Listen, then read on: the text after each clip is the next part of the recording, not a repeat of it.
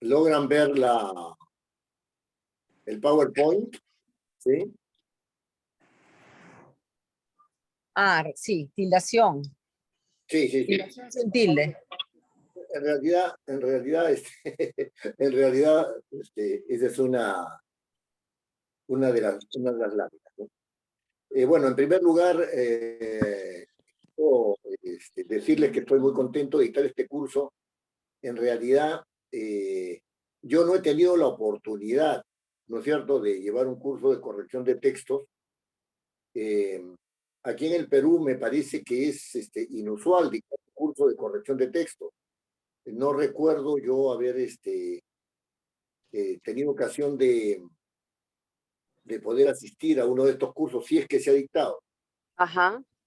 Además, y yo estoy muy contento porque somos un grupo pequeño, lo cual nos va a ayudar a interactuar con mayor, eh, con mayor asiduidad, con mayor precisión también. Por si acaso, Mari Carmen Arata, les comento, ¿no? Ha trabajado conmigo en el Congreso, hemos trabajado en Fondo editorial. el fondo editorial, ¿no? Y tiene una amplia experiencia en este asunto de manejo de textos, además que ella es aficionada a la literatura también. Entonces, digamos que contamos con una persona que tiene muchas cosas que aportar también a este curso de corrección de texto. Ojalá. El señor, ojalá. Elvi Portilla es abogado. Él ha seguido con esfuerzo y con tenacidad un curso de redacción general, ¿no? Y además ha seguido también un curso de redacción de proyectos de ley.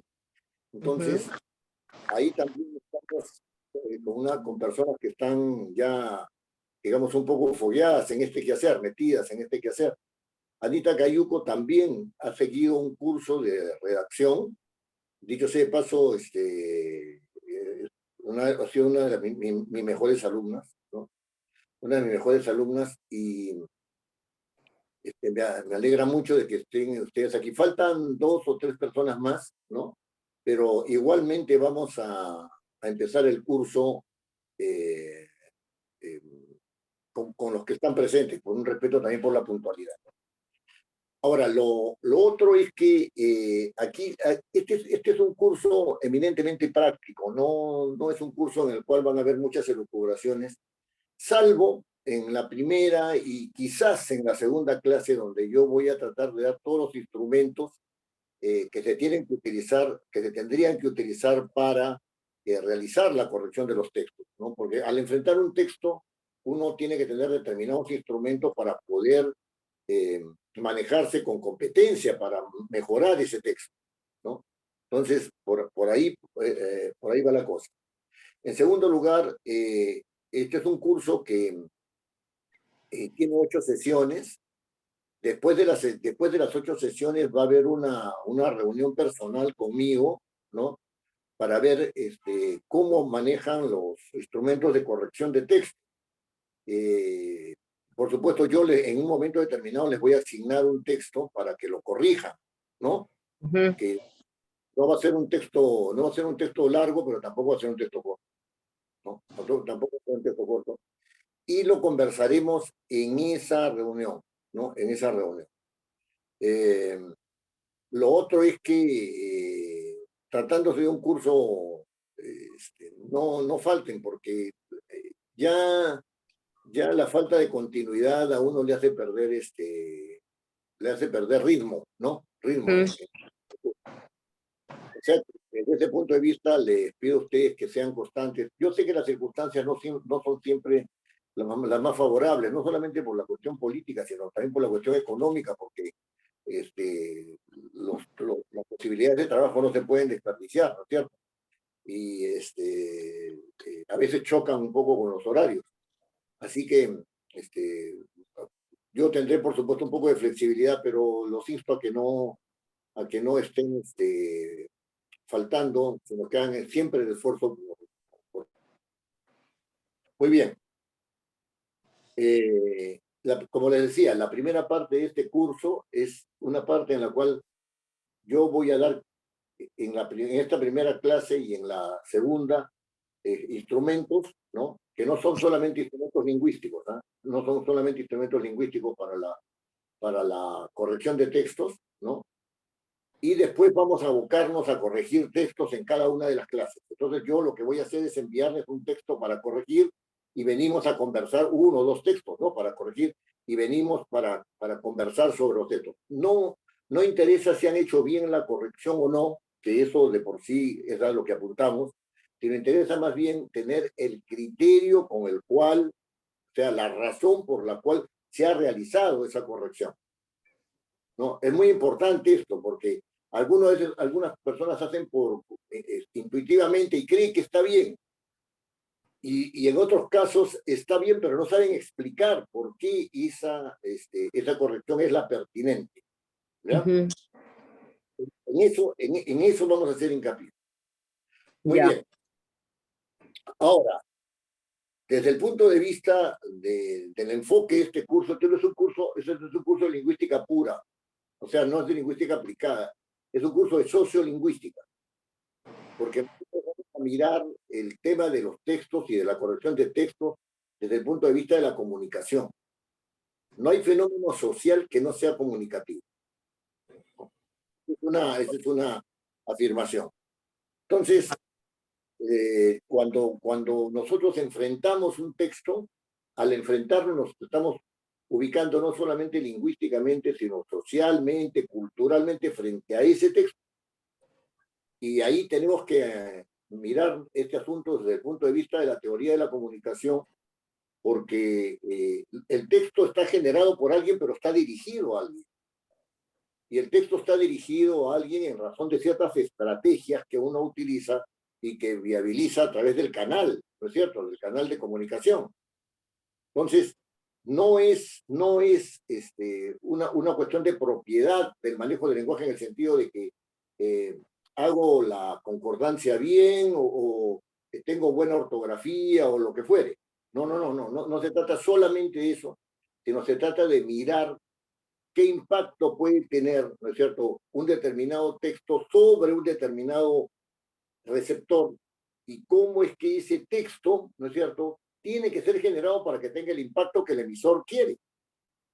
Y estos tres elementos de la comunicación, el emisor, el receptor y el canal al cual ya he aludido, son elementos que generalmente se tienen en cuenta en el proceso de la comunicación, pero siendo elementos necesarios, no son elementos suficientes.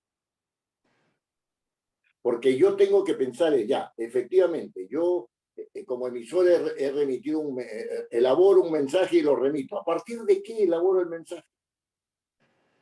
Cuando yo hago esta pregunta, generalmente me contestan a partir de mis propias experiencias. Sí, pues, claro, uno enfrenta, ¿no es cierto?, la elaboración o la corrección de un texto a partir de sus propias experiencias.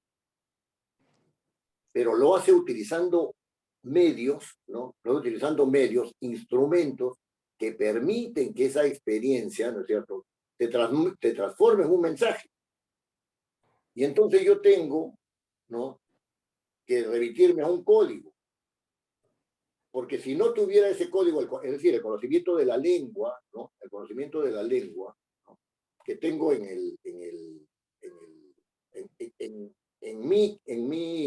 mi cerebro, en mi cabeza, ¿no?, ese conocimiento de la lengua lo puedo tener en mayor o en menor grado de competencia. Y entonces voy a elaborar los textos en razón de la competencia que poseo en ese momento. Entonces, yo tengo que realizar procesos de selección y procesos de combinación de esos elementos lingüísticos, ¿no? De esos elementos lingüísticos. Estos procesos de selección y de combinación de los elementos lingüísticos son los que me van a permitir elaborar el mensaje. Ahora, para seleccionar y combinar, los elementos tienen que ser de mi conocimiento, pero no solamente los elementos, sino las reglas de su combinación. Entonces, si yo noto que hay propiedad en la combinación, yo digo, este mensaje está bien hecho, este texto está bien hecho. Si yo noto que no hay propiedad en la combinación, digo, aquí hay un problema que hay que solucionar. Que hay un problema que hay que solucionar. Y allí nos podemos mover en razón de diferentes, y eso es importante, ¿no? En razón de diferentes funciones del lenguaje. Porque si yo tengo un emisor y un receptor y un canal, y tengo que utilizar un código, ¿lo hago para qué? Para transmitir información. ¿Dónde está esa información? Esa información está en el contexto. Esa información está en el lenguaje mismo. En el lenguaje mismo está esa información. Voy a explicar esto con detenimiento. El emisor se remite al código y dice, ¿saben qué? Como yo quiero decir esto, voy a escoger estos elementos. En castellano lo hacemos mecánicamente, el que habla francés, alemán, inglés lo hace mecánicamente, ya está habituado al uso de estas reglas, ¿no? Entonces, coge los elementos y los combina, ¿no? Y elabora el mensaje. Ahora, cuando envía el mensaje, el emisor dice algo, pero lo dice de determinada manera. Esa determinada manera, lo que quiere decir es que hay más información que el mensaje mismo. Hay más información que el mensaje mismo. En este momento, ustedes me escuchan, ¿no es cierto? Y están evaluando. El profesor está de buen humor, está de mal humor, está tranquilo, ¿no? Está preocupado, está, digamos, en un ambiente que es propio para la transmisión, ¿no? Y todo aquello que es del emisor, pero que no está dicho, acompaña el mensaje. Acompaña el mensaje. Ustedes deducen que yo estoy de buen humor, sí, estoy contento por estar dictando este curso, ¿no? Y entonces, ¿de dónde deducen eso? De la manera como yo digo, de la manera como hablo, ¿no es cierto? Esa es la función expresiva del lenguaje. Es decir, el mensaje está dándome una información que no es, ¿no es cierto?, lo dicho, sino que acompaña lo dicho de parte del emisor. De parte del emisor. Esa es la función expresiva del lenguaje. Entonces, cuando ustedes enfrentan un texto para corregirlo, tienen que tener en cuenta esto, esta función expresiva. Si una persona está gritando en el texto, ¿no? Tiene que tener esa parte del texto, tiene que tener un tratamiento. Por ejemplo, podrían ser los signos de admiración o podría ponerse un guión y explicar de que está gritando. Por unas novelas eso es común, ¿no es cierto? Pero tiene que buscar la forma, ¿no es cierto?, de manifestar la función expresiva. Ahora, esta función expresiva, ¿no?, que acompaña el mensaje, puede tener un impacto determinado en el receptor. Ese impacto determinado en el receptor es lo que se denomina la función apelativa del lenguaje. Cuando yo hago una pregunta requiero una respuesta, ¿no? Cuando yo insulto a otra persona, cuando insulto, estoy esperando que reaccione. Cuando yo halago a una persona, estoy esperando que se sienta bien y que haya una correspondencia de ese halago, ¿no? De la manera que fuere. El mensaje, entonces, emitido por el emisor, inmediatamente tiene un impacto sobre el receptor, pretendiendo que el receptor adopte una determinada conducta, un determinado comportamiento. Puede hacer que sea feliz o no sea feliz esa pretensión, puede ser, pero lo importante es que el mensaje pretende eso. Yo hago una pregunta, pretendo una respuesta. Si el otro no me responde, se va, evade, etcétera, mi pregunta fue infeliz, ¿no es cierto? Porque no tuvo el impacto sobre el receptor y por lo tanto la función apelativa no tuvo buen final, digamos, ¿no? Entonces, eso siempre se realiza a través del mensaje, la función de contacto también. Algunos desprecian la función de contacto, la desprecian. Es decir, fíjense, cuando hay algo escrito, ¿no? Es el texto escrito y entonces se dice, y le colocan 3 puntos suspensivos. ¿Qué están haciendo ahí? Están suspendiendo el contacto. Están suspendiendo el contacto. Un ratito, acá hay 3 puntos suspensivos. Ya, los puntos suspensivos pueden tener diversas finalidades, ¿no? Pero lo importante es que se está suspendiendo el contacto. Oye, espérate un ratito y ya, después continúo. Pero esto también puede llevar, la suspensión también puede tener características de la función expresiva y de la función apelativa, porque no son funciones excluyentes, pueden confluir todas en un mismo mensaje. Y lo importante acá es que el mensaje, ¿no es cierto?, da información de algo. Ese algo son los objetos que pueden ser evocados a través del mensaje. ¿Dónde están esos objetos que pueden ser evocados a través del mensaje? Están en el lenguaje mismo o en el mundo exterior al lenguaje mismo, externo al lenguaje mismo. Entonces, si yo me refiero al lenguaje, estoy realizando la función metalingüística, estoy dando de explicar las unidades del lenguaje. Y si yo me refiero a objetos que no son lingüísticos, estoy realizando la función referencial. Voy a explicar esto con un poco más de detenimiento. Fíjense, la función metalingüística tiene que ver con todo aquello que tiene que ver con los elementos del código. Si yo digo, esta palabra tiene 3 sílabas, estoy realizando la función metalingüística. Si digo, esta palabra significa tal cosa, estoy realizando la función metalingüística. Si digo, lo que quise decir fue esto, estoy explicando mi dicho, eso es función metalingüística, porque me estoy refiriendo a lo que dije. Si yo digo esto es una oración, no es una frase, eso también es función metalingüística. Si digo, el castellano tiene 5 vocales, el quechua tiene 3, más 2 en posiciones determinadas, que técnicamente no son las posvelares, eso es una cuestión técnica, ¿no? Mari Carmen, ¿cuántas vocales hay en alemán? 5. También hay 5, ¿no? También hay 5 vocales. Entonces es igual que en castellano, que es 5 vocales. Pero en francés son 12, ¿no? Entonces, ahí hay un tema, ¿no? Pero cada vez que hablo de eso, estoy realizando la función metalingüística, ¿no? Estoy realizando la función metalingüística. Mi objeto de referencia es el lenguaje o las unidades del lenguaje. Ese es mi objeto de referencia.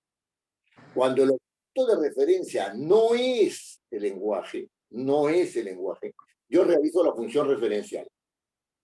Y en esta función referencial hay un tema que es necesario explicar porque es sumamente importante ser finos en este asunto. Miren,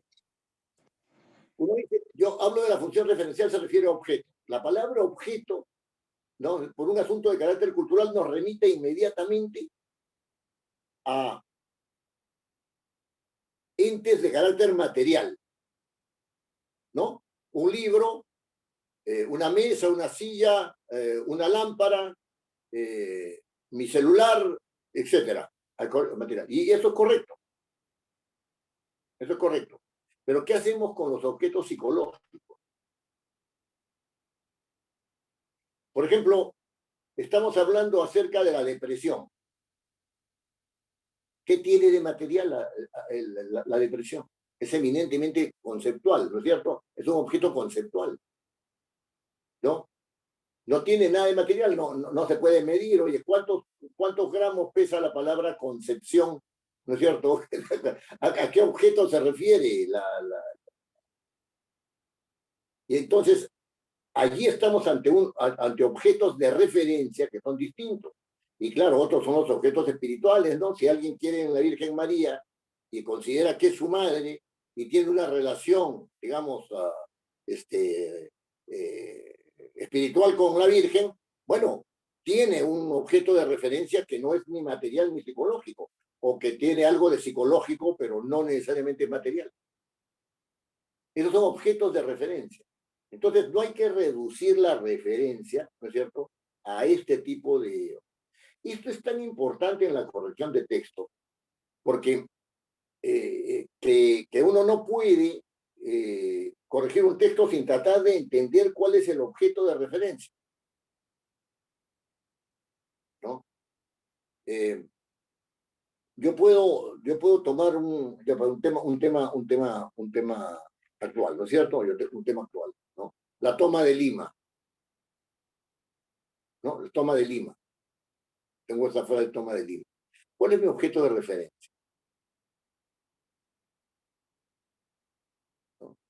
Entonces, van a tomar Lima. Lima, ¿cuál es los rasgos de referencia que yo tengo de Lima? Van a tomar el departamento, van a tomar la ciudad de Lima, van a estar en el centro de Lima, se van a mover, etcétera. Además, van a tomarla. Tomarla significa que la van a poner bajo su responsabilidad, bajo el liderazgo de quien lo toma. ¿Quién es el líder? ¿Dónde está? O sea, ¿cómo entender esto? Cada vez que nos hacemos estas preguntas, estamos tratando de delimitar nuestro objeto de referencia. Delimitar nuestro objeto de referencia. Entonces, cuando yo digo, este señor está hablando acerca de la toma de Lima, ¿no es cierto? Y leo el texto que me han dado para revisarlo, ¿no? Puedo notar de que no hay coherencia entre el título y el desarrollo, cosa que es común. Entre el título y el desarrollo, ¿no? Y sucede comúnmente de que cuando uno afronta un texto... A que este Congreso no nos representa, o no le representamos a la población. No sé quién es. Justamente por ese tipo de aspectos que no determinamos y no delimitamos en este Parlamento aspectos que vayan en pie de la población. Sin embargo, sí, pues, estamos nosotros de acuerdo con el adelanto de elecciones. No nos acercamos tampoco al cargo, pero unas elecciones que vayan acorde, lógicamente. Ya. Entonces, ese tema es un tema muy interesante porque los objetos de referencia se construyen. Nunca son definitivos. ¿Ya? Los objetos de referencia se construyen y nunca son definitivos. Y entonces cuando uno está tratando de ubicar el objeto de referencia, ¿no es cierto? Utiliza palabras, las combina, ¿no es cierto? Y las lanza, ¿no es cierto? Las lanza a través del canal sonoro o del canal escrito, ¿no es cierto? Del canal escrito. Ese canal escrito, ¿no es cierto? Es lo que vengo explicando, ¿no? Un elemento de la comunicación, pero ya no es sonoro, sino es visual, ¿no? Es espacial, porque está en un espacio, en la página, ¿no? Y es visual.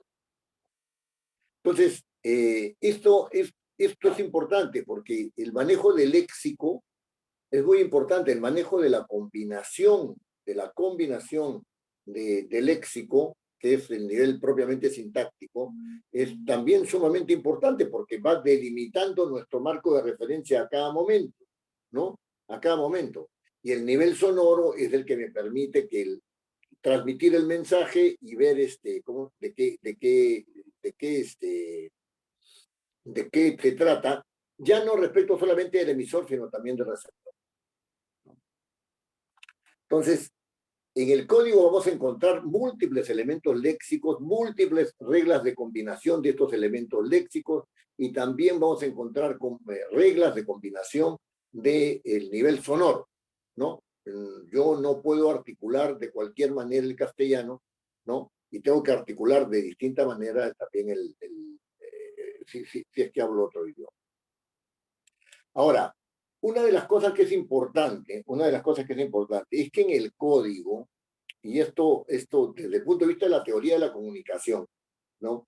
El código no lo podemos reducir solamente a posibilidades de elementos sonoros, sintácticos o semánticos. Los semánticos tienen el léxico, ¿no? Entonces, no podemos, ¿no?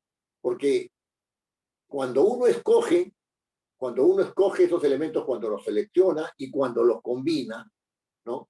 Lo está haciendo en una determinada situación. Yo en este momento estoy hablando como profesor. Si estuviera en la situación o en el rol de ser amigo, hablaría de otra manera. Si estuviera en la relación de ser padre, hablaría de otra manera, ¿no es cierto? O sea, hay estrategias que se van montando. Esas estrategias que permiten, dentro de las cuales se dan los cuales se da la selección de los elementos sonoros, sintácticos o semánticos del lenguaje. Son estrategias de carácter social y cultural. De carácter social y cultural. Yo, como profesor, me ubico en un nivel jerárquico. Ustedes se ubican en otro nivel jerárquico.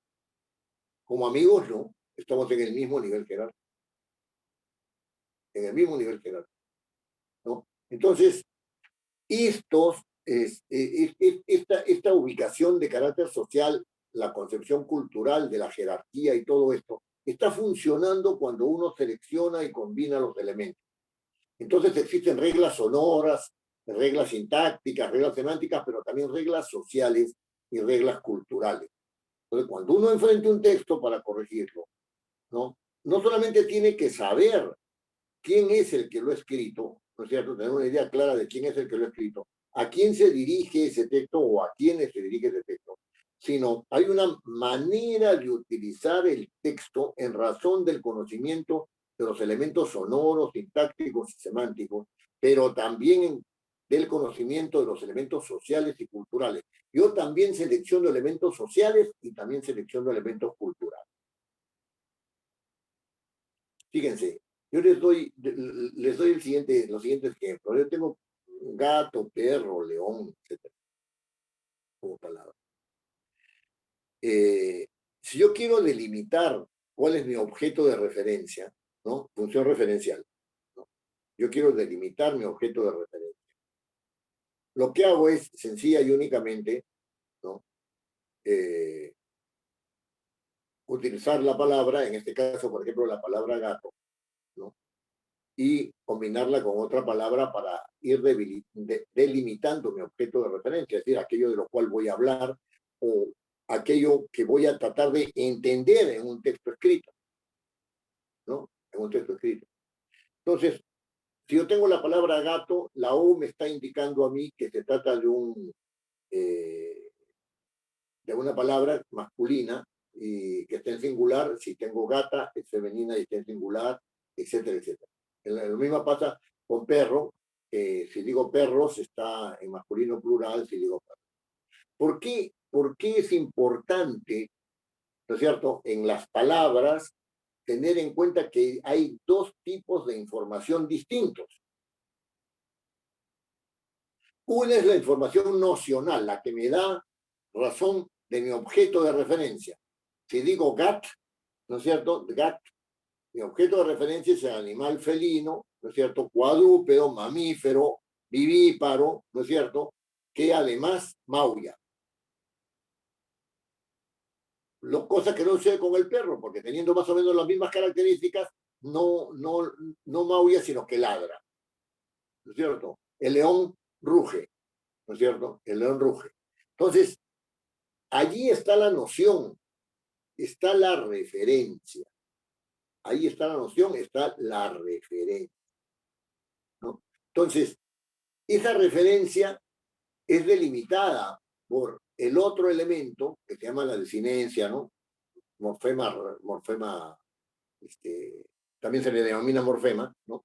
Entonces, está la desinencia, y en la desinencia Y en la desinencia yo tengo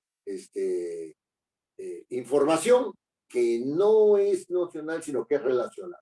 Si yo digo gato, la relación que tengo que tener con otra palabra es en singular. Esa es la información que me está dando, porque no estoy diciendo gatos. Y es en masculino, porque no estoy diciendo gata, ¿no? Porque no estoy diciendo gata, ¿no? Entonces, ese punto, ¿no? Es un punto que dígame, ¿me están escuchando bien? Sí, doctor. Allá, perfecto. Ya. Entonces, este tipo de relación es un tipo de relación de concordancia. Esta concordancia es una de las reglas que no se pueden omitir en la corrección de texto. La concordancia que tiene por núcleo el nombre, que tiene por núcleo un nombre. Es decir, el nombre puede ser, digamos, delimitado ya sea por un adjetivo, puede ser delimitado por un artículo, correcto, ya está bien. Pero está siendo delimitado, pero cuando se relaciona con otra palabra, se produce un fenómeno de concordancia o hay el requisito de concordancia para poder relacionarla. Entonces yo tengo que decir gato grande, sí, está correcto. Yo puedo decir gato negro, ¿no es cierto? O puedo decir gatos blancos, ¿no es cierto? O puedo decir gatas ágiles, ¿no es cierto? Y esa concordancia estará bien. Pero no puedo decir gato blanca, ni gato blancos, ¿no? Allí estas reglas de concordancia, que son reglas de género y de número, no pueden ser eludidas. Son reglas que si se violan, ¿no es cierto?, se produce un error. No es un asunto aquí de que si a mí me gusta lo hago así o no lo hago así. No, no, allí hay un error. Y es un error de concordancia. Y la concordancia mete a la palabra dentro del nivel sintáctico. Es decir, la combinación de palabras se mueve en el nivel sintáctico. Ahora bien, claro, el asunto no es tan sencillo en cuanto a la concordancia en razón del nombre, porque si bien hay concordancias de género y de número, cuando yo digo gato blanco o gata blanca, ¿no es cierto? Ahí hay de género y de número.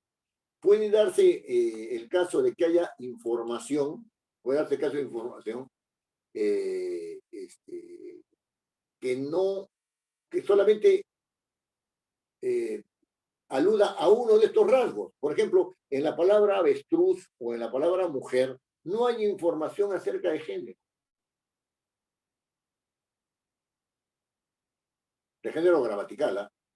No hay información de género. Y entonces yo puedo decir avestruz veloz, avestruces veloces, pero podré manejarlo en singular, podré manejarlo en plural, pero no podré saber si es masculino o femenino, porque no hay esa información. En la palabra mujer, ¿no es cierto?, no se sabe si es masculino o femenino desde el punto de vista gramatical, ¿no es cierto?, desde el punto de vista gramatical, porque su plural es mujeres. No existe mujero, ¿no es cierto?, para llevar el razonamiento al absurdo, ¿no? Por lo tanto, no puede hablarse ahí de masculino ni de femenino, ¿no? Y entonces hay concordancias que solamente se dan por número. Ahora bien, sin embargo, el castellano y en general las lenguas indoeuropeas tienen un recurso, digamos, ¿no?, por el cual se puede establecer el género. Y es el uso de los artículos. Por ejemplo, si yo utilizo la palabra avestruz, no tengo ninguna información acerca de género. Pero si digo el avestruz, se entiende que la palabra avestruz es masculina. Y entonces su plural no va a ser las avestruces, sino va a ser los avestruces, su plural.. Si la palabra mariposa a mí no me da ninguna razón de género. porque no existe mariposo ni cosa por el estilo, ¿no es cierto? Entonces, ¿qué es lo que me va a dar razón del género? El artículo, la mariposa, ¿no es cierto? Y su plural será las mariposas porque tiene que ser femenino plural. Lo mismo sucede con el campo, los campos, etc. Y hay casos en los cuales no hay información de género, no hay forma de establecer el género. Por ejemplo, la palabra santiamén, ¿no? No tiene información de género, pero también no tiene información de número, porque no hay santiamenes. No se puede oponer a santiamenes, o sea, diferenciar. Cuando digo oponer, es diferenciar. No existe esto. Y entonces, lo único que hay es una información, ¿no?, de número, ¿no? Un santiamén. Lo hizo en un santiamén. Santiamén es rapidísimo, ¿no? Lo hizo en un santiamén. Antes de que ya tú hubieras pensado, ya estaba hecho lo que se le había encargado, ¿no? Entonces, aquí hay que jugar con flexibilidad y sobre todo con conocimiento de la lengua, con conocimiento de las reglas, de la aplicación de las reglas. El lenguaje no es como las matemáticas, ¿no? 1 más 1 es 2 y de allí, poniendo el 0, se va de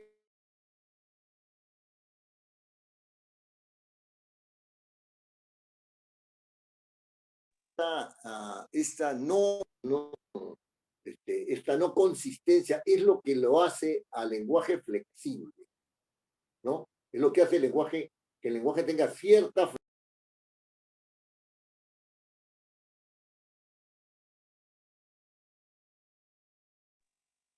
ya.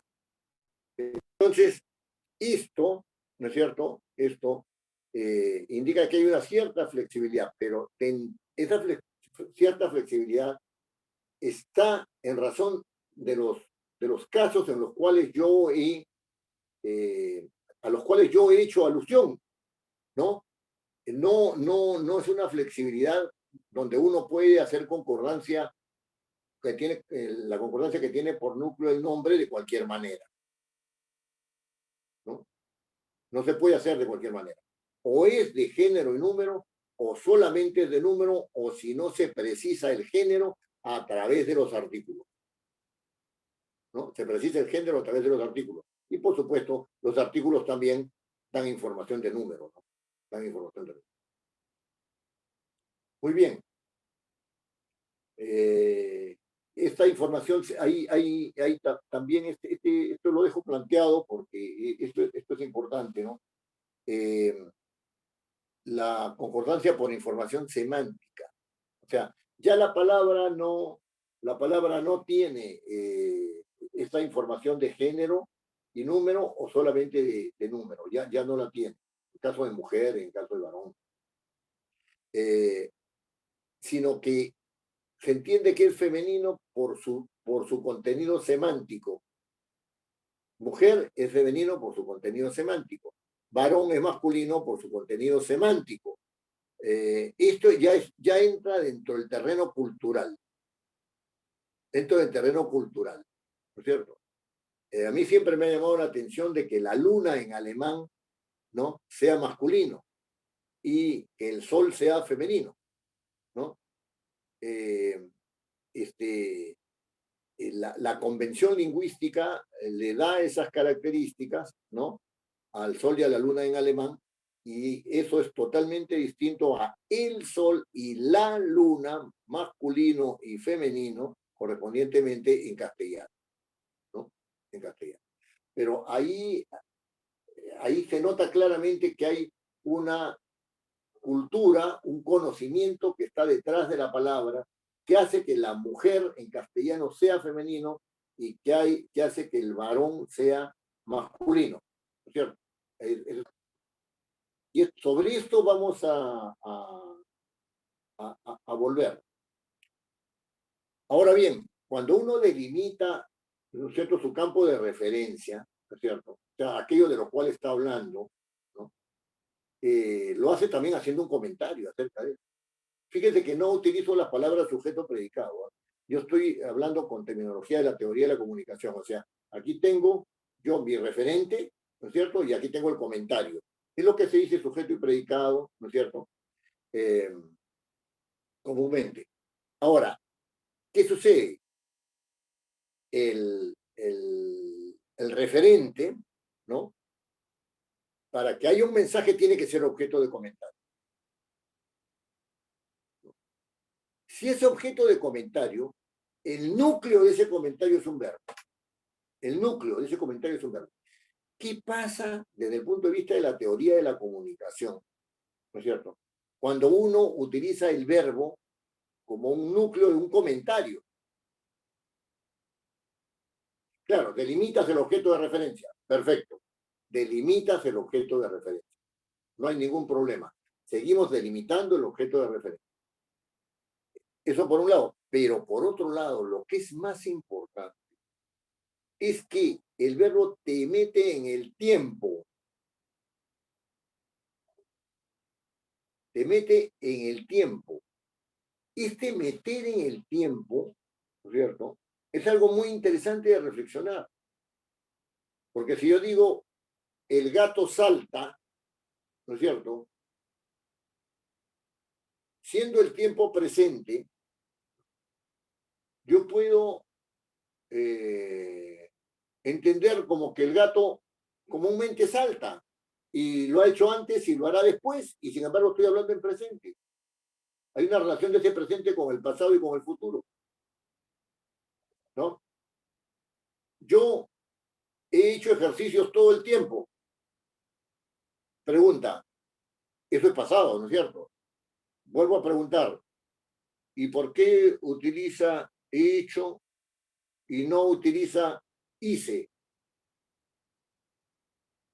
Ese matiz temporal, ¿no es cierto?, es muy importante, porque el hice me deja en el pasado, mientras que he hecho me une con el presente. Hasta ahora he hecho. Yo no puedo decir hasta ahora hice. Es impropio, ¿no? Entonces, este meterse en el tiempo también es sumamente interesante, porque el comentario, desde el punto de vista del lenguaje, no puede prescindir de la temporalidad, o sea que los mensajes siempre están metidos en el tiempo. No es que el referente esté solo flotando ahí fuera del tiempo, no, siempre va a estar dentro del tiempo, porque el mensaje, al completarse, meterá ese referente dentro del tiempo. Ahora ustedes me dirán, ¿qué problema es el que se suscita con el uso de los tiempos? Miren, cada vez hay más problemas referidos al uso de los tiempos, ¿no? Les voy a poner un solo ejemplo. Si yo habría hecho esto, ¿no es cierto?, entonces hubiera sucedido tal cosa, ¿no? Habría es un futuro. Y lo que está diciendo es algo que se refiere al pasado. Es si yo hubiera hecho esto. Ahí hay un problema de manejo de los tiempos, y después también vamos a hablar de los modos, ¿no?, de los tiempos, ¿no?, que está mal utilizado. Porque se trata de un pasado y hay que tratarlo como pasado, no como futuro. ¿Cuál es la forma más propia? Hubiera, no habría, ¿no? Entonces, también hay este tema. Y después hay en la correlación de los tiempos, el presente suele relacionarse con el pasado suele relacionarse con el futuro, etc. Hay una flexibilidad en el manejo del lenguaje, pero esa relación tiene sus reglas. No puede realizarse de cualquier manera. En latín, cuando uno aprende latín, una de las cosas que le enseñan es la consecutio temporum, ¿no? Es decir, cuando los tiempos son compatibles. Cuando los tiempos son compatibles. Ahora, lo otro que sucede con los verbos es que te meten modalidades. Una cosa es indicar esto es así, ¿no es cierto? Y otra cosa es decir, parecería que es así. Es decir, la indicación, la afirmación te da una modalidad de manejo y la posibilidad te da otra modalidad de manejo. Esos son los modos. Esos son los modos, ¿no? Ahora bien, si el referente es objeto de comentario, acá está el núcleo, que es el nombre del referente, y acá está el verbo, que es el núcleo del comentario, ¿no? ¿Qué sucede? ¿No? Sucede de que tiene que haber una relación entre ambos. Eso es lo que se llama la concordancia oracional. Ya no es la concordancia solamente del nombre con el verbo, perdón, con el adjetivo y con el artículo, y quizás con el pronombre por ahí, del cual vamos a hablar después, ¿no? ¿No? Sino que es la relación entre el elemento que me da la referencia y aquel otro elemento que me da la, que me posibilita el comentario.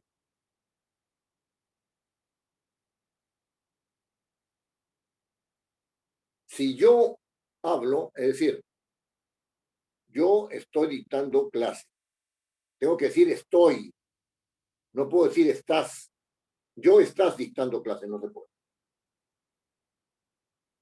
Tú estás, sí, tú estás dictando clase. Hay una concordancia entonces de número. O sea, tú, porque no está diciendo ustedes, ¿no es cierto?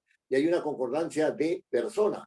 Segunda persona con segunda persona. Es decir, tú estás, ¿no?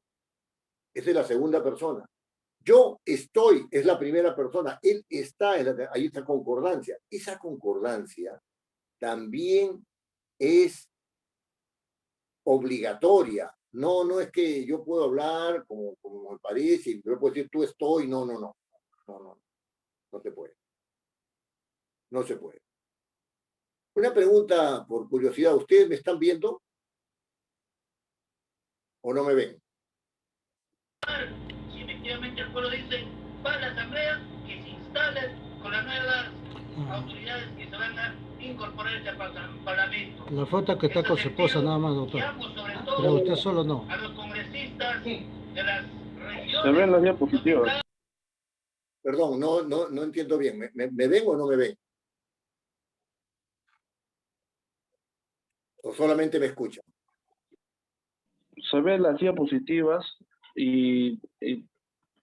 pero su cámara estaba apagada. Sí, doctor, sí se le ve. Ya, ok, bueno, aquí es como bueno, está bien. Entonces, eso es sumamente importante. Uno de los errores más graves que hay en la redacción de los textos es no tener en cuenta primero los tiempos y en segundo lugar las modalidades. Es decir, yo estoy aseverando, estoy sugiriendo, estoy viendo una posibilidad, ¿no es cierto? Esos son los modos, ¿no? El modo indicativo, el modo subjuntivo, etcétera, ¿no? Entonces, esos son los modos. Estoy sugiriendo, estoy intentando hacer algo, etcétera, ¿no? Eso es sumamente importante. Y el otro asunto es la concordancia, ¿no? Esta concordancia oracional que tiene que darse entre el nombre, que es parte que es el que lingüísticamente representa el referente, o sea, el que me permite evocar un objeto, ¿no? Y el comentario, es decir, el verbo, ¿no es cierto?, que es el núcleo del comentario, ¿no? Estos instrumentos, a partir digamos, del circuito comunicativo, ¿no? Son sumamente importantes porque les vuelvo a repetir, no es posible analizar todos los problemas que hay dentro de un texto solamente desde el punto de vista lingüístico. No es posible. Voy a ponerles el ejemplo, como les decía, de los pronombres, ¿no? De los pronombres. Fíjense.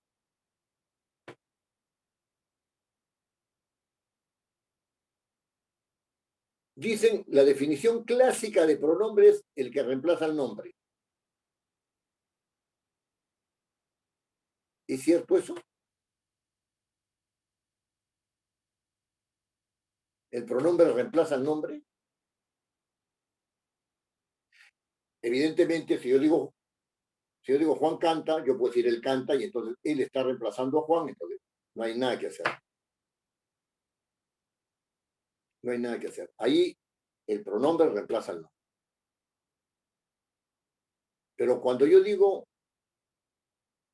tú cantas, cuando yo digo tú cantas, ¿por quién puedo reemplazar a tú? María cantas. Hay algo ahí que no está funcionando.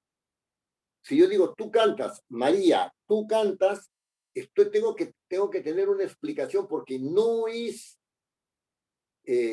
fácil, ¿no es cierto?, el reemplazo, ¿no?, ni la posibilidad de que el pronombre sustituya al nombre y que el nombre sea sustituto del pronombre. Y en el caso de yo es imposible. Es imposible. Ese pronombre no reemplaza ningún nombre. Cuando yo digo yo estoy reflexionando, ¿no? En el texto no puedo decir Pepe estoy reflexionando. No es reemplazable.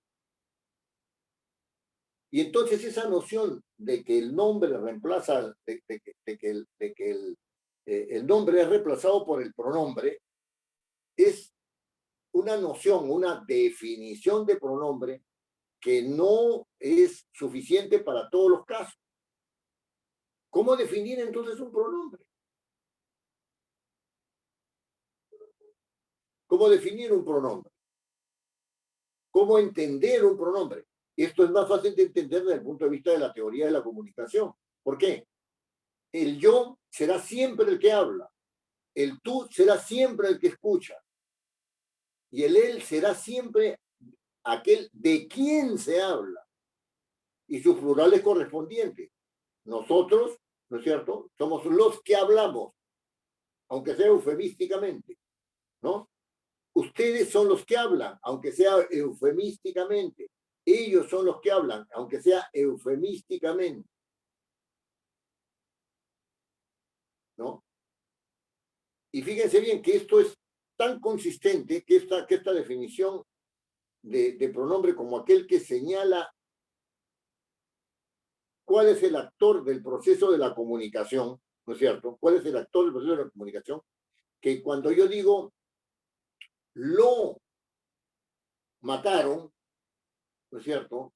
Ese lo mataron es a él, o sea, de quien estamos hablando. Te insultó es al que esté escuchando, el te indica al que esté escuchando. Me insultó es el que está hablando, a mí, yo que estoy hablando. Me insultó, ¿no? Yo me mí conmigo, tú te ti contigo, siguen exactamente la misma lógica. Siguen exactamente la misma lógica. Entonces, cuando estamos frente a un texto, la concordancia entre yo y me, tú y te, es también importante, ¿no? Hay que saber cómo manejarla. Por ejemplo, si yo digo, no. Y si lo está reemplazando a casa. Y entonces tengo que decir, la casa la quemaron.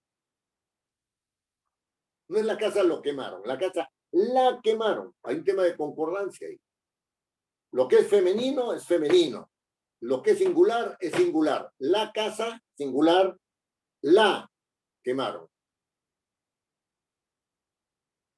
¿Se dan cuenta? Y ese es un error común. O sea,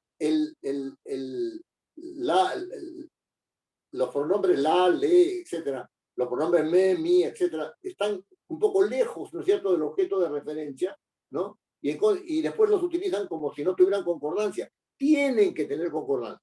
Claro, ustedes me dirán, eso también es influencia del quechua. Sí, efectivamente. Pero el hecho de que haya influencia del quechua no significa que haya propiedad en el mal uso del castellano. En el mal uso del castellano. ¿No? Porque eso es un mal uso del castellano. La autora Marta Hildebrand, con quien tuve el gusto y el honor de trabajar, mujer difícil, pero muy buena persona, ¿no? Decían que los peruanos no hablábamos castellano, sino que había un grupo de peruanos que hablaban castellano. Y cuando le preguntaron qué tal hablan el castellano, los peruanos que hablan castellano, le dijo que bastante bien. Que bastante bien. Yo comparto su apreciación, pero también por esta influencia de los teléfonos y de la falta de lectura, hay una especie de decadencia en el manejo del lenguaje escrito que produce toda una serie de problemas. Toda una serie de problemas. Muy bien. Otra cosa otro aspecto que a mí me parece importante, ya en el terreno no sintáctico, sino en el terreno semántico, ¿no? Es el tema de la compatibilidad semántica. El tema de la compatibilidad semántica. ¿Qué cosa significa que los términos son compatibles semánticamente?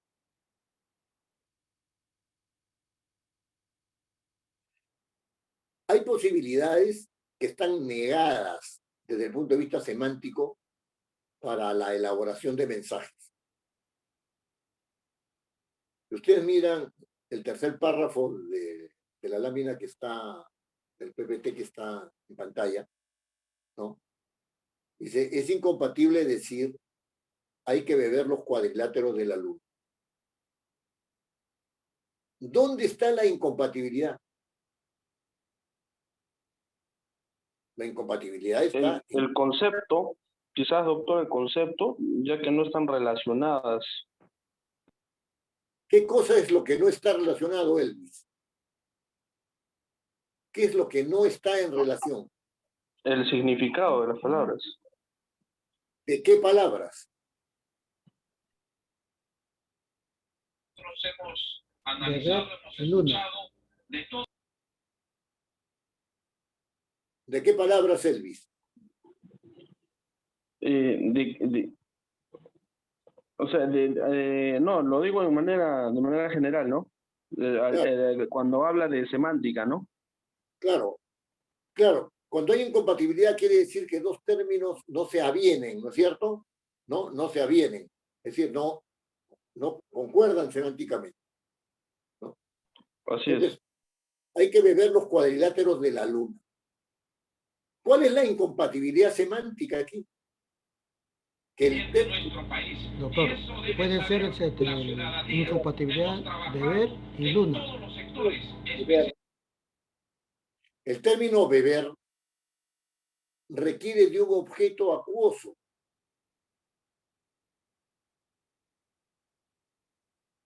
Ya se beben líquidos. No se bebe cualquier cosa. Se beben líquidos. No se pueden beber figuras geométricas. ¿No es cierto?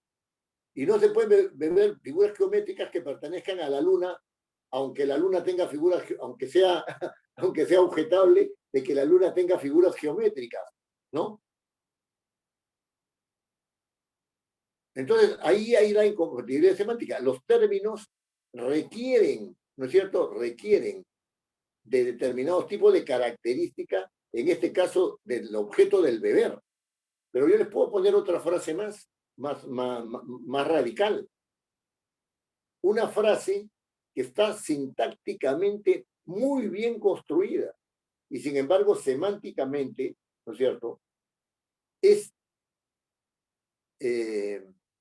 está llena de elementos incompatibles en el significado. Si yo digo, los elefantes fuman teteras,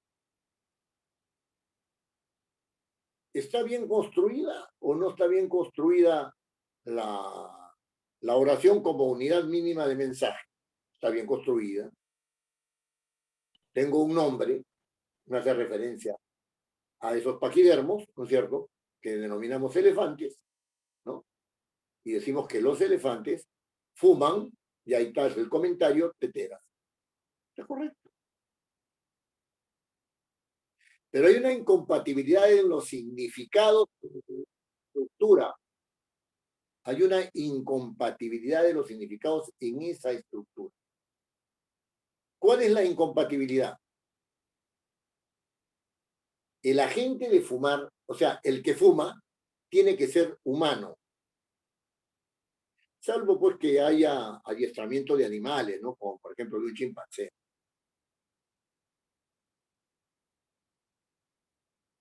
Caso excepcional. Los elefantes no fuman. Hay una incompatibilidad. El verbo fumar requiere agente humano. Requiere de un agente humano. Juan fuma, María fuma, ¿no es cierto? Nosotros fumamos, etc.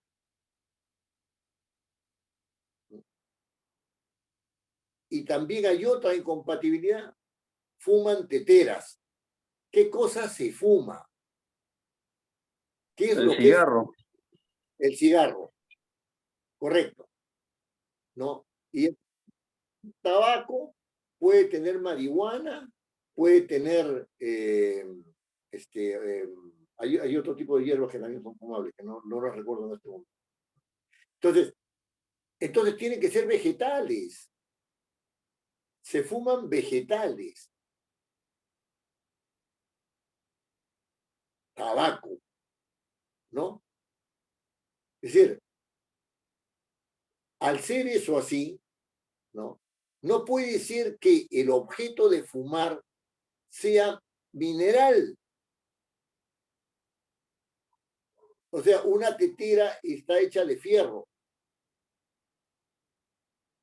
¿no? El fierro es un mineral. Una tetera está hecha de arcilla, no es un vegetal. No puede ser fumada. ¿Se da cuenta? Este tema de la incompatibilidad semántica también es muy importante cuando se trata de corrección de texto. Ahora, con mucha facilidad, ¿no? Se sueltan frases que tienen claras incompatibilidades. Por ejemplo, dame un ejemplo concreto, ¿no? Dame un ejemplo concreto. Y el otro le empieza a decir, fíjate, un ejemplo concreto es este. Pregunta, ¿puede ser un ejemplo concreto?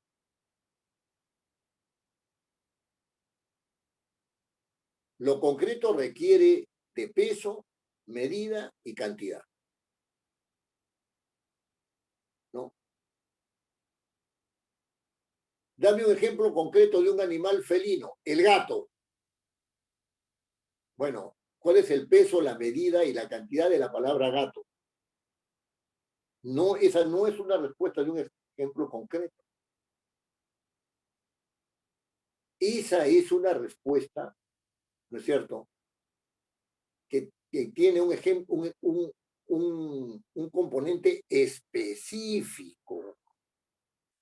Dame un ejemplo específico de lo que me estás diciendo, no concreto. Si fuera concreto, tendría que salirme el gato por la boca y tendría que maullar encima. Estoy diciéndolo de manera irónica. ¿Se dan cuenta? Doctor, Sí. y cuando hablas de peso, medida, ¿no? Para entender lo concreto, o sea, se entiende que también, o sea, tiene que satisfacer, ¿no? Al lector de lo que él realmente quiere, qué información, ¿no? Claro, pero fíjese qué interesante esta observación. Porque cuando uno se mueve en el mundo del lenguaje, no hay nada concreto. Hay referencia. Hay referencia. La referencia está en la relación del significado con el objeto, pero la referencia no es el objeto. No es el objeto. Es la idea que uno tiene del objeto, lo que ha construido respecto a ese objeto.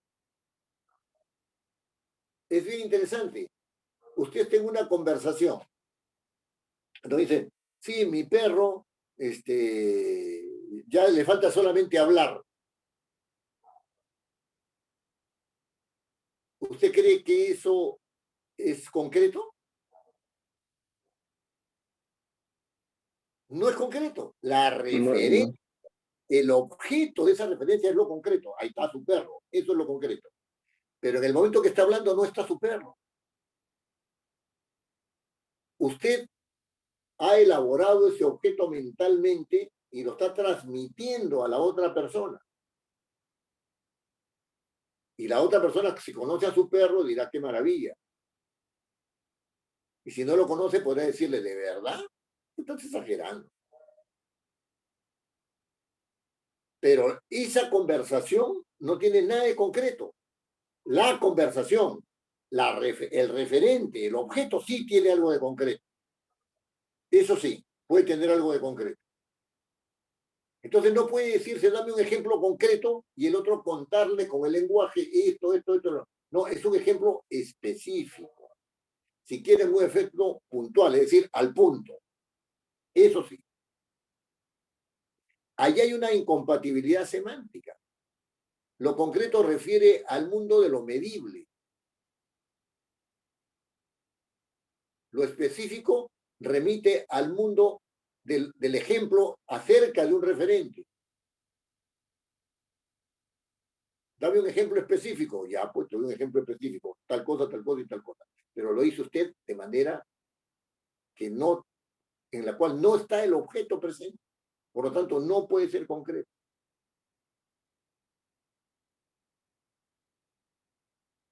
Ese es un error en el cual se cae con muchísima facilidad. Con muchísima facilidad. Con muchísima facilidad. Bueno, les pido por favor que hagamos un pequeño intermedio. ¿Ya? Doctor, Sí, dígame. disculpe que le interrumpa, doctor. Muchas veces en una conversación hacemos suposiciones. Claro. Suposiciones de algo que no estaríamos seguros, ¿no? Sí. Sin embargo, se ponen como si fueran a afirmar algo, pero están suponiendo, ¿no? Entonces, ¿sería algo concreto eso? Así No. como cuando redactan los periodistas, ¿no? Estarían o Claro. sería sancionado con esta pena tal funcionario. Claro. Entonces, ese tipo de palabras, ¿no? Claro, esa que usted me acaba de hacer es una pregunta muy importante, ¿no? Cuando se utiliza lo que se llamaba antes el potencial, sería, habría que, ¿no es cierto? Habría que pensarlo, ¿no? Este tiempo. Así se llamaba antes, ¿no? Ahora le llaman un futuro indicativo, otra clasificación. Lo que están tratando de decir es que en el mundo de lo concreto, ¿no? Del hecho tal como se da, habría esa posibilidad, pero no están seguros.